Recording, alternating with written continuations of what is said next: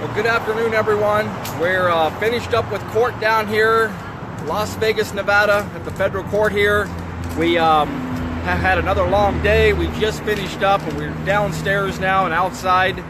We've got a long, boring day today, and also a few interesting things that happened right at the end of the day. We pretty much all day today, all we did was look at Facebook posts. Have a ton of people. A lot of these Facebook posts had nothing to do with the four defendants up here. We talked about Sugar Pine Mine today.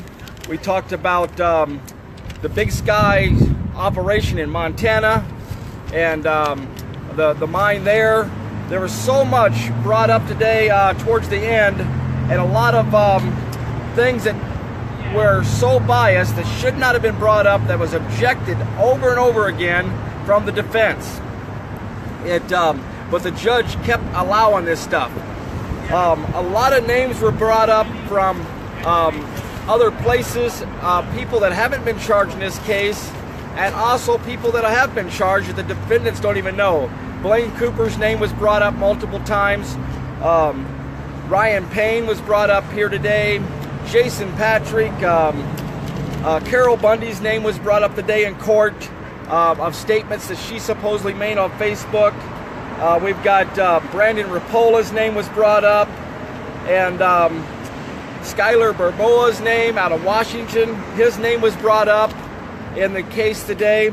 And the biggest thing of all today that was brought up that the defense team objected to was the name of Timothy McVeigh. And there was a post that was made by Eric Parker that mentioned the word McVeigh, and that was all it said. It did not lead to who it was or where he was from. It just said the last name McVeigh. The defense team objected to this over and over again, and the judge allowed that post to be read anyway. And then the prosecution continued to lead the witness and dig deeper into this last name McVeigh and asked what that McVeigh might have meant.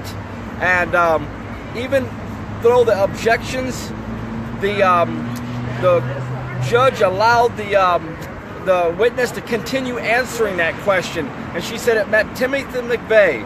And they said, where is this Timothy McVeigh from, or what's it referencing to? And she said, the witness on the stand said, Oklahoma City bombing, the Murrah building. They're in Oklahoma City, Oklahoma, and where the building was bombed. At the end of the day here, this is the biggest news of all today. At the end of the day, after the jurors were released, Scott Drexler's attorney got up and objected to this and had a motion for mistrial, which obviously upset the judge. We had some quite lengthy discussion on this mistrial. She overruled it and said that he could still bring the motion back up and they would talk about it tomorrow. But this is the biggest motion for mistrial and cause for mistrial of the whole case since I have been here, that I have heard about or seen. It isn't over yet with this discussion. All the attorneys have objected to it, and with what this amount of bias that has been brought in today, the defense team says that this can never be taken out of the jurors' minds. This image is going to be burnt into their minds of the bias that the prosecution brought in of a case that's not even related. Nobody died at the Bundy Ranch. And the Sugar Pine Mine and the operation that happened there in Montana with the 3% at that mine had nothing to do with the Bundy Ranch either. And these things have been burned into the juror's mind all day today with post and Facebook post after Facebook post, hundreds of Facebook posts that had nothing to do with the Bundy Ranch deal. And the same with the Oklahoma City bombing. Nobody was violent. Nobody was killed at the Bundy Ranch. And they're portraying these guys as 3%ers, as dangerous men in camouflage. And so tomorrow's going to bring a brand new day, and we're going to try to figure out if this case will get dismissed or not under these grounds of bias that got brought in today. So good news for the defense, I think, how the government come in and did a misjustice here today by bringing in biased stuff that had nothing to do with it. So we're praying hard that tomorrow morning at 10 o'clock when we're back here, that something happens here with this information, and that we get what these defendants need. This trial thrown out because of this, what happened. We had one of the prosecutors today, and do you want to talk about what happened today in court, what you witnessed? I don't see it will hurt. No, I don't think it will. Just briefly talk about it. Okay, you know, when in the last at the last sidebar, John. Yes. I don't know if everyone saw it, that when the attorneys get called away behind this wooden petition, I call it going to the woodshed. That's that. Yeah. That was right after Stephen Stewart's attorney got up there, and just moments into it, the judge calls a sidebar. Yeah, objects and stuff, and so. But as everybody's up at the sidebar, the jury's watching, and the FBI agent Willis comes back into the courtroom and goes into the, through the little swinging doors, and goes and gives his colleague a fist pump. Yeah. And she fist pumps him right back and goes, yeah, like, we got him. Yes. And so I complained to the marshal, and he went over and spoke to them, but that is unfairly prejudicial to the defense to have the FBI think, oh, we got him now. I seen that. Terrible. When I witnessed that, the marshal started staring me down. Yeah. Because I was watching over there like that. I'm like, you can't show emotions in his courtroom. We get kicked out for this. I know. Ashley Jones has been forced to leave the entire trial just because she pointed to someone. Yes. During a sidebar. That's exactly right. I know. They just want to get rid of Eric everybody. Parker, a couple days ago, was locked up after a break for several hours because he supposedly turned around and looked at another defendant. I thought he was looking at the screen. Oh, he was looking at the screen. He tried to tell the judge, and the judge refused to listen to him, passed judgment on him, and locked him up in a little cell here. Well, that's a retaliatory action against Andrea.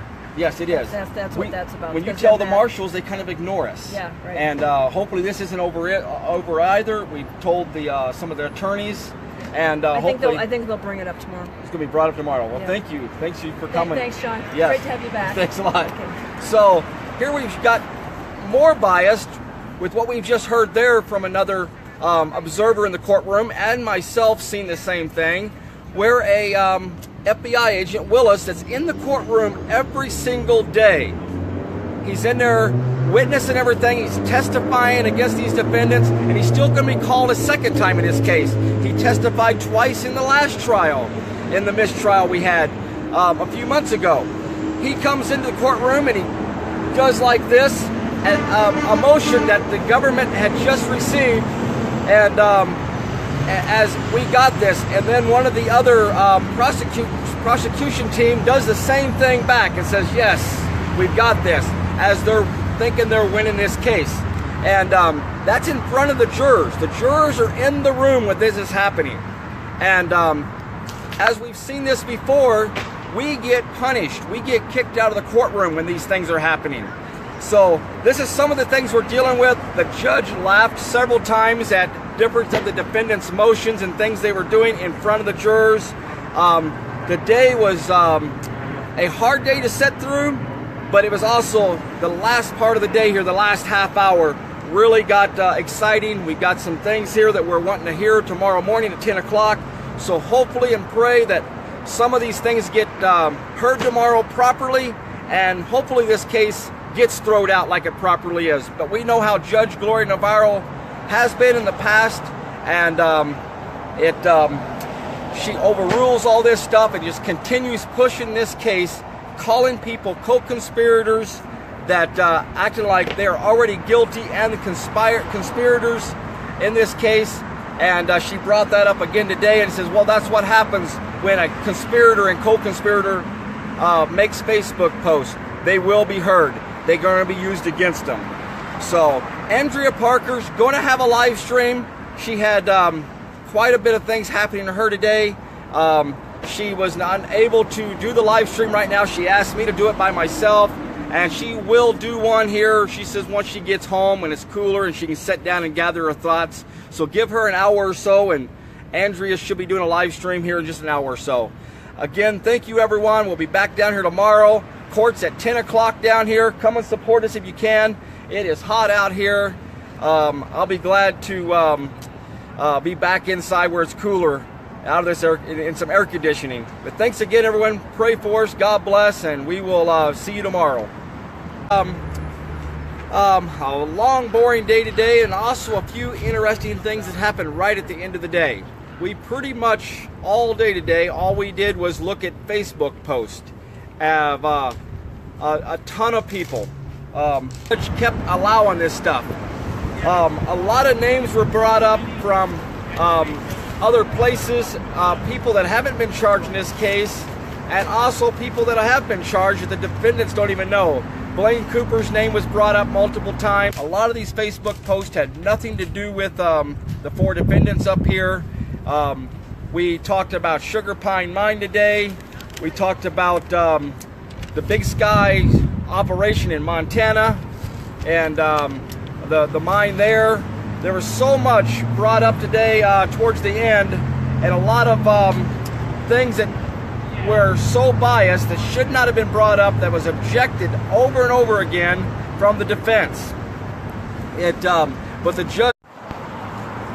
Well, good afternoon, everyone. We're finished up with court down here, Las Vegas, Nevada, at the federal court here. We have had another long day. We just finished up, and we're downstairs now and outside. We've got